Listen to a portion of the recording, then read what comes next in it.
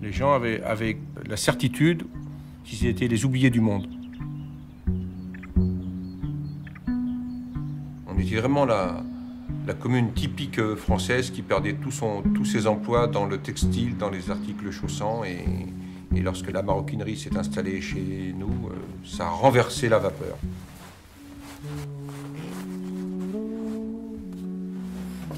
Très franchement, je suis le premier à ne pas y avoir cru. On dit c'est pas possible, pas nous, on va pas pouvoir renouer avec l'emploi. On n'y croit pas.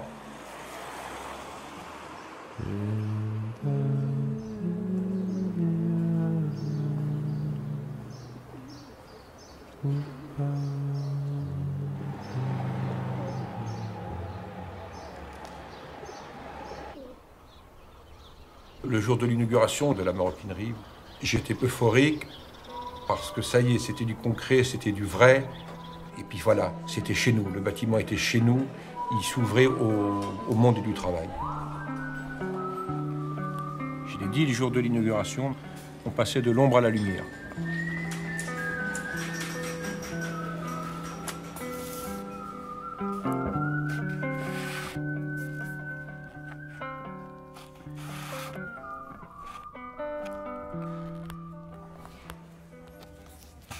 Montbron, c'était une ville que j'ai voulu fuir petit parce qu'on pensait avoir aucun avenir, on se faisait un peu chier. Tous les copains ont fait des études pour essayer de bouger de là. On savait tous qu'après le collège, on allait partir un jour. Et puis finalement, moi j'ai commencé à faire des voyages, j'ai travaillé dans la restauration pendant 10 ans, j'étais serveur, donc ça me permettait de partir. Je travaillais 6 mois sur Montbron et puis je partais 6 mois à l'étranger. Et aujourd'hui, voilà, moi mon chemin il est fait, je prends un vrai métier et je m'éclate dans ce que je fais. J'ai pas les mots, mais j'aime ça. Là, quand je dis je suis maroquinier, tout le monde me demande ouais, qu'est-ce qui se passe, qu'est-ce que c'est, qu'est-ce que vous faites.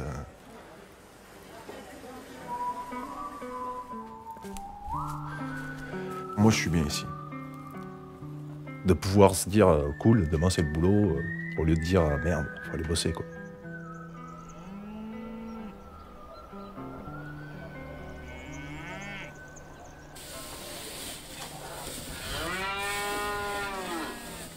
On fait le tour de ces animaux le matin, on regarde qu'ils soient bien alimentés.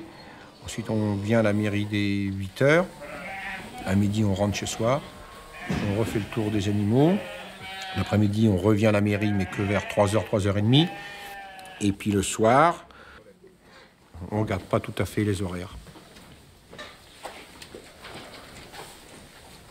On essaye de faire. Voilà. Comme je suis très motivé pour être éleveur et très motivé pour être un petit maire rural, voilà, ça me va bien.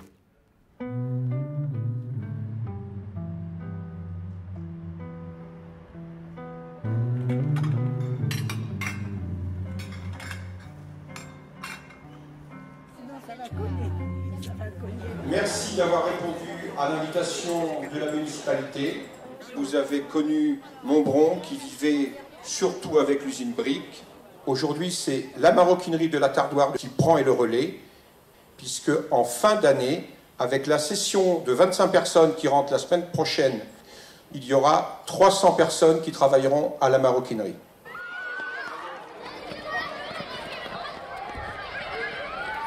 C'est vraiment une renaissance pour Montbron. Oui, très bien. On perdait une classe tous les 4 ans et aujourd'hui on a gagné pour la dernière rentrée là, une vingtaine d'enfants, les 3/4 sont de la maroquinerie. Il nous en manque une.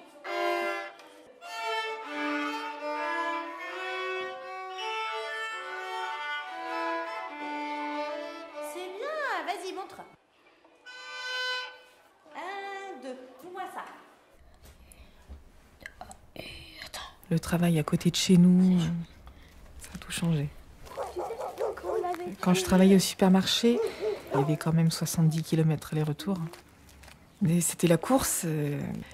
Mes enfants ne connaissaient que leur papa et leur mamie. C'est pas une vie, mais c'était ma vie à l'époque.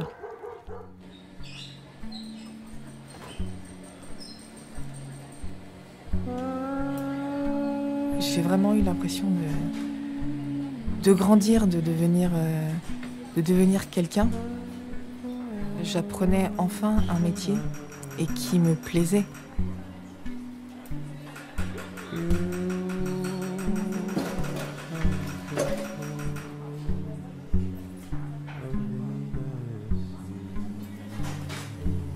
Le fait de travailler à côté de chez nous, avec les horaires, on ne travaille pas les week-ends. Pour moi, au jour d'aujourd'hui, c'est ce qui a compté le plus.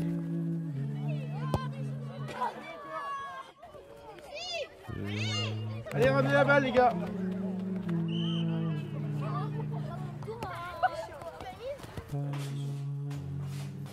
Travaille bien.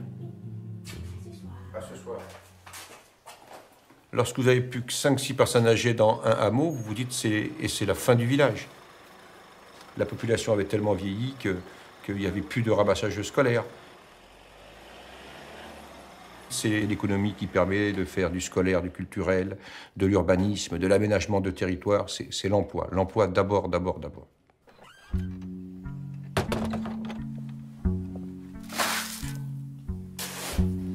Moi, je crois beaucoup à l'État, je crois beaucoup à la solidarité. Et dans les années difficiles, on perdait des emplois. On a eu besoin de l'État pour nous aider à choisir les bonnes pistes. Et forcément qu'après, une fois que vous êtes un petit peu mieux, à votre tour d'aider les autres.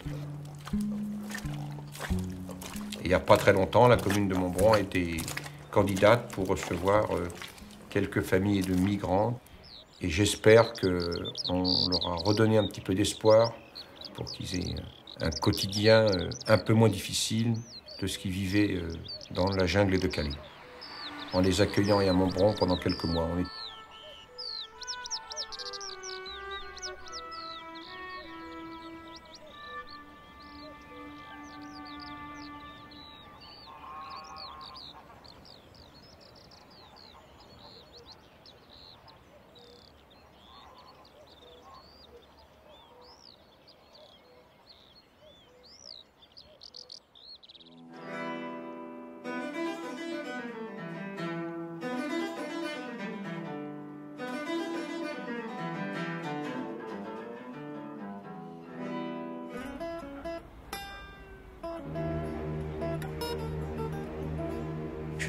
Je savais pas qu'il y avait ces plages somptueuses. Je savais pas qu'il y avait cette ouverture comme ça sur la mer de Chine. Je savais pas. Moi, je voyais Hong Kong dans sa verticalité, avec ses grandes tours. Je savais pas.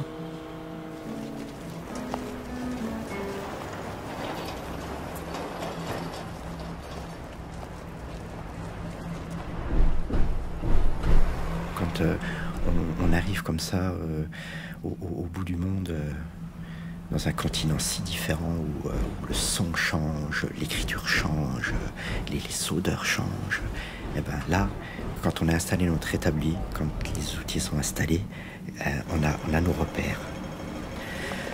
Les outils, c'est notre passeport finalement. C'est un passeport.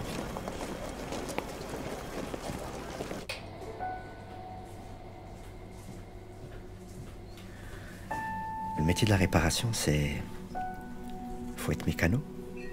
C'est constamment d'improvisation.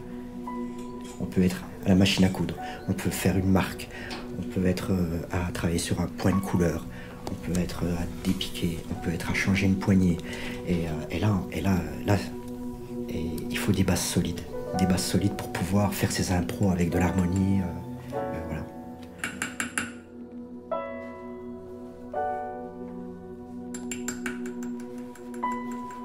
L'atelier, c'est notre petit chez nous, notre petite bulle, notre zone de confort qu'on retrouve avec notre établi, nos outils. C'est ce que je connais, au milieu de la ville que je ne connais pas encore. Et quand on regarde effectivement à l'extérieur, ça bouillonne, ça consomme, ça achète, ça n'arrête pas. Et nous, on est là-haut, notre 22e étage, à redonner vie à des choses.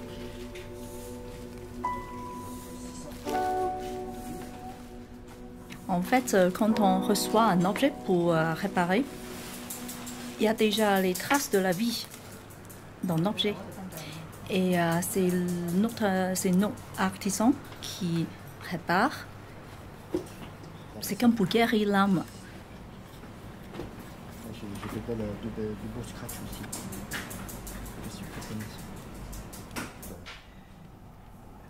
Tu sais ce qu'on a fait sur ce sac? Non. On a changé ça. Et les enchappes. 3065 Fifi, c'est notre cliente fidèle à Hong Kong. Elle voudrait réparer un sac qui est offert par sa mère décédée il y a 7 ans. Farid a reçu le sac et quand il ouvre le sac, quand il touche le sac, le texture du cuir, la couleur du cuir, ça lui rappelle quelque chose. Et là, je me dis, tiens, j'aurais pu le faire. Ça me parle, comme ça. Ça pourrait être moi. Et il a trouvé que le sac a été fait par lui dans l'atelier à Lyon. Et là, on se dit, merde, putain, on a fait un objet qu'on retrouve 15 ans plus tard. Et ce sac, vu l'état de ce sac, il va encore traverser le temps. Pendant que nous, on va choper quelques rides, finalement.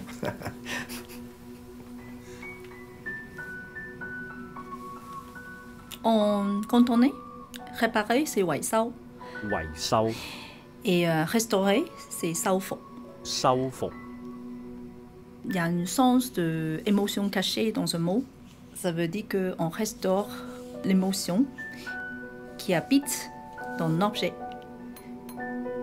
L'objet qu'on utilise, ça voyage avec nous, ça vit avec nous, et la vie s'est imprimée dans l'objet. Ça touche notre inconscience. C'est comme, par exemple, la Madeleine de Proust. C'est tout à fait la même sensation, je suppose.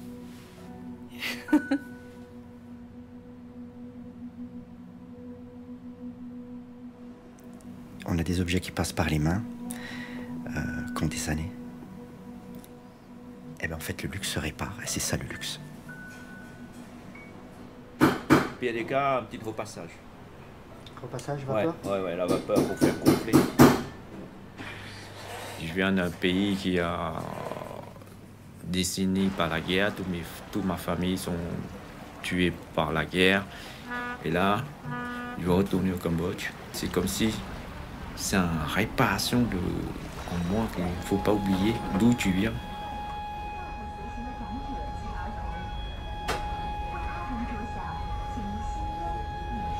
Avec le savoir-faire que j'ai acquis aujourd'hui, j'ai envie de retourner à la source de mon pays pour donner ce savoir-faire aux enfants qui n'ont rien.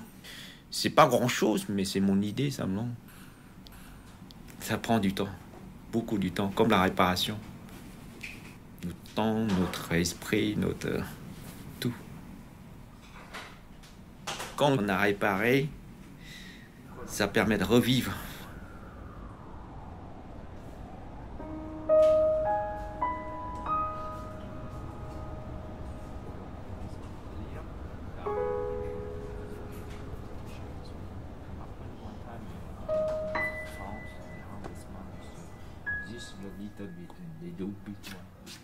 On passe beaucoup de temps, mais des fois on peut, des fois on peut pas.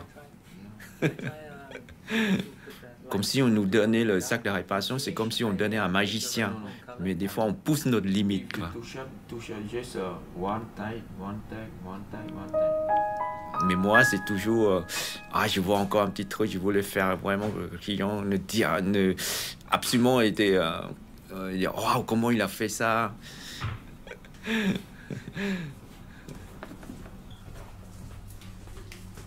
Je crois qu'on va y arriver. Viens, s'il te plaît. Alex? Yes. Regarde. Ah, pas mal. Hein? Mais le pas mal et le bien. Attends, j'ai pas fini. J'ai pas fini, on va refaire le grain, tout. On y est, là, c'est bon.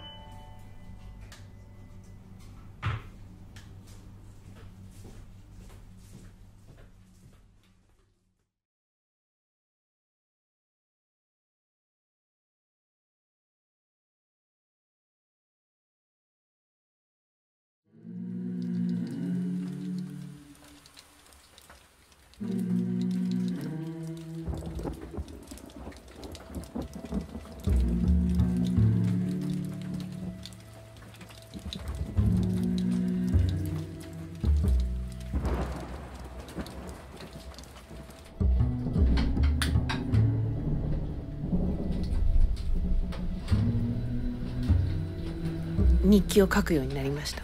で、絵日記なので絵を描いて文字を書くっていうシンプルなものなんですけど、毎回母が読んで直すんですね。で、例えば大きな飴をもらったっていう時は、大きなってどのくらい、手のひらぐらいなのとか。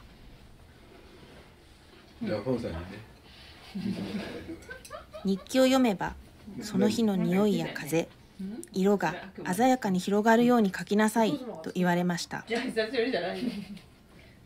の前が入ってんの。その前がね、6日間入ってる。4歳から始まってずっと続くんですけど、父は出版社で編集をしていたので、じゃあこの本を日記を合本にしたらどうだろう。エリコの絵日記で。こういう風に書いてたっていうのは私は知らないよな。これがね、そうか。これでやっと3人で眠って日記なのよ、小さい時の。で、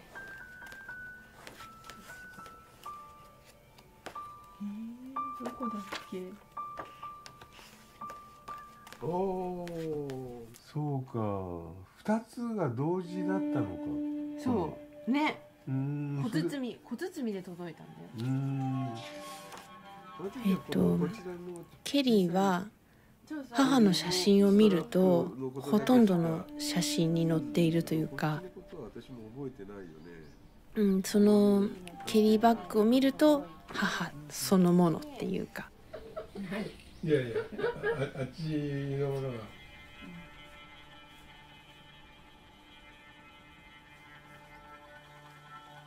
っていう思い出があります。で、母が亡くなった時にどうしようかなと思ってたんですけど、エルメスの銀座店の方に大隈さんを訪ねて、行ったら、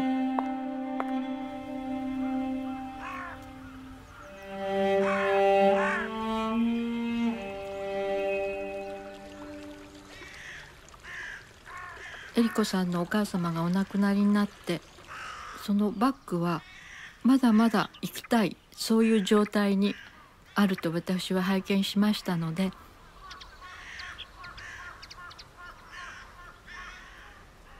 職人が丹精して作ったもの、命を吹きかけてくれたものを生かすというのが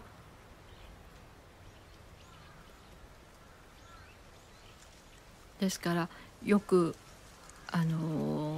しまわれてずっと使っていないとか、そういうことがあるっていうのはとても悲しいことだと思います。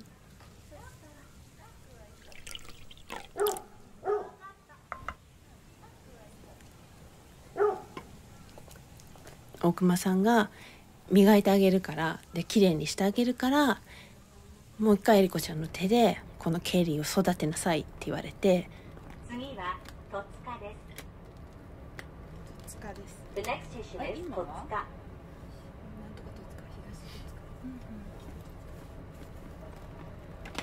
艶だったりとか、色の深みだったりとか、あと傷も含めてやっぱり全部こう思い出っていうか生きたものになるっていう感じですね。ここに母がいるっていう思いがあるので全部そういうふうにこう守られてる感じはします。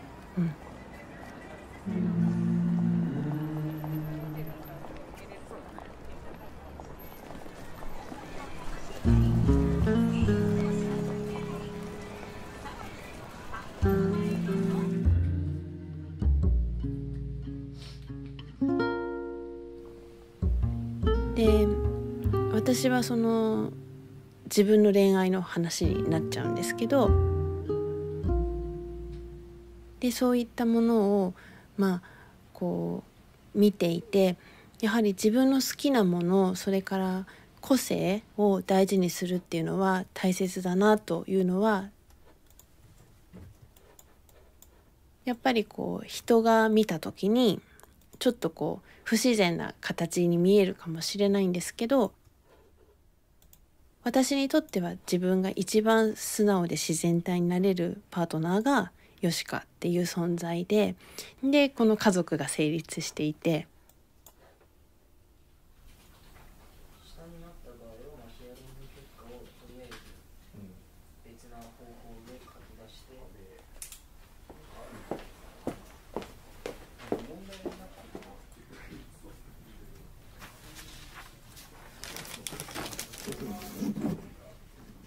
私はやはりそんなにお金をたくさん持っていないので、その時にエルメスに1年に1回訪れるみたいな。で毎年欠かさず買うのはエルメスの手帳のレフィルだから今エルメスの手帳をずっと使って書いていることはこれからも続けたいと思っているし、エルメスが忘れずにつないでくれてるご縁だなと思うし、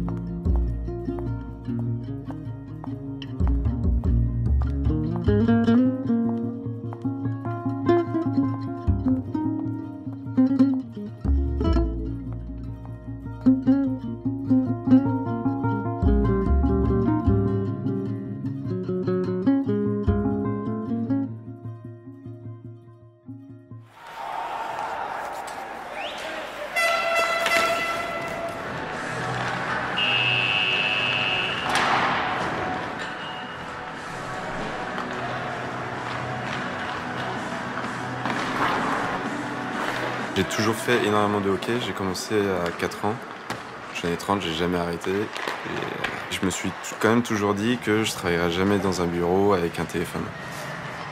Et de fil en aiguille, je me suis quand même retrouvé à faire un BTS commerce international. Uniquement de l'ordinateur et du téléphone. J'ai décidé de changer de voie pour faire ce que j'aime vraiment. Mon projet, c'est réparer les cuirs de hockey. Ça s'use vite, ça coûte cher, et il n'y a personne qui fait ça en France. Et aujourd'hui, Banco, après avoir été formé, je suis artisan sellier.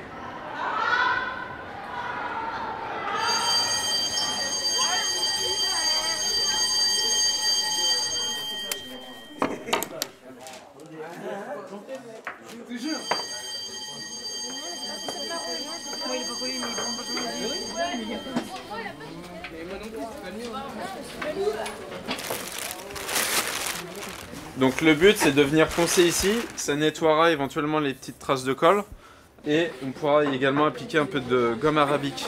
En fait, ça donne une finition un peu plus brillante sur le bord du cuir. On a appris comment faire des coussins. Enfin, c'est coussins et enceinte à la fois. Et j'aime beaucoup écouter de la musique. T'écoutes de la musique en même temps et c'est, enfin, moi je trouve ça hyper pratique. Deux choses qu'on adore en fait. Mis en une seule chose. Voilà. Dormir et écouter de la musique. C'est parfait. Parfait. Oui. Parfait. Il faudra que tu vois, ça a quand même pris ici. Ensuite, il faudra que tu viennes bien le serrer au fur et à mesure ici, comme ça. Mais en le maintenant un petit peu. D'accord? Et si ça va toujours pas, j'utiliserai ça, mais c'est un peu toxique.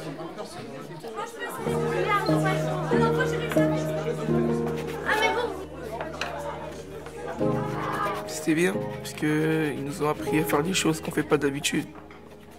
Dans le quotidien, par exemple la couture, je faisais pas tout le temps chez moi, je laissais ma mère le faire. Mais là, ça va, j'ai appris un peu à coudre et c'est de mieux en mieux.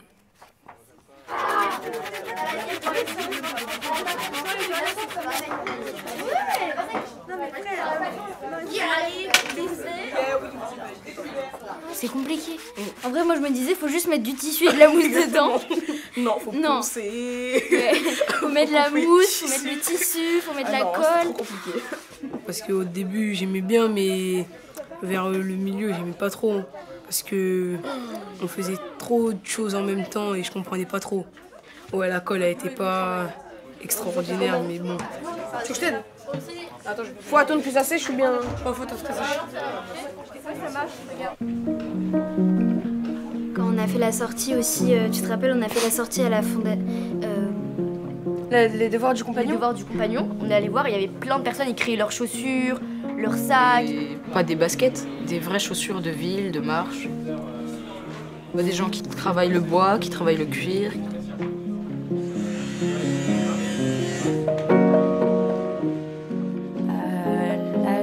Auquel il fallait choisir une orientation. J'ai été plutôt orientée par mes parents. Je me suis retrouvée en comptabilité. J'étais pas heureuse et j'ai commencé à prendre des cours au fur et à mesure et passer mon CAP en candidat libre. Je suis quelqu'un qui fait quelque chose de concret chaque jour, qui voit le travail de ses mains et pour moi ça m'aide. Construire quelque chose, fabriquer quelque chose, c'est aussi fabriquer ma vie, construire ma vie. Voilà.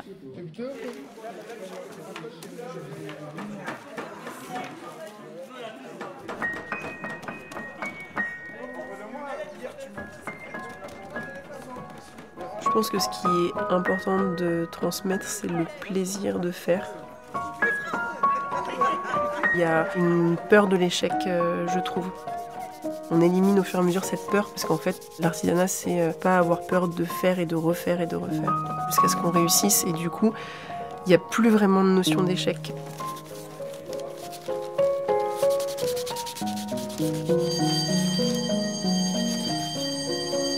Ça va pas te dire où est-ce que tu vas tracer ton trait. Attends, à vue de nez, regarde 2 cm, c'est à peu près ça. T'as entendu ça sonner? Vas-y, mets ton doigt bien à plat. Tu tapes plus fort. Vas-y, maintenant à toi de jouer. À toi de jouer. Alors, regarde par là. Dis-moi si on est au milieu. Ouais. Ouais. Ok. Là, je te le tiens. Toi, tu tiens le clou. Tiens le clou avec tes doigts. Là, comme ça. Et là, tu tapes. Si tu me tapes sur les doigts, tape bien droit par contre. Avec le marteau. Non. Regarde, en fait, la force, tu vas l'avoir en tapant comme ça. Si tu tapes ici, tu vas avoir très peu de force, en fait. Ça va taper tout doucement. Alors que là, t'as vu les cours avec la centrifuge? C'est un peu ça. Non? Bon, tu verras plus tard. Prends avec le bout du manche.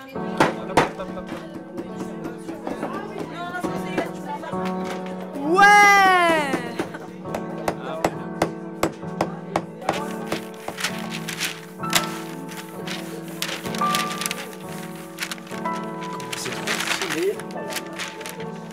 Trop fier de moi.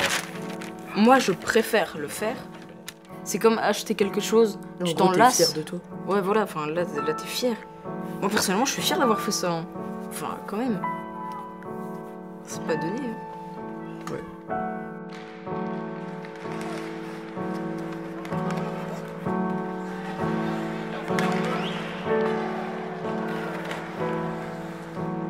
Donc à partir du moment où on aime ce qu'on fait et qu'on travaille pour être bon, à force de répéter, on va devenir bon. Donc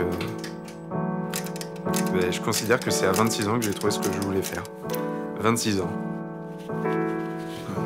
J'avais jamais entendu parler de la sellerie avant de me lancer. Et aujourd'hui, mon savoir-faire d'artisan, je suis content de pouvoir le transmettre. Il n'y a pas que Nadir dans la classe qui aimerait faire un métier qui aimerait faire un métier de l'artisanat. Samy, tu veux faire quoi, toi? Sadio? Jamila? Travaille avec les enfants. Ephraim? Johan? Melvin?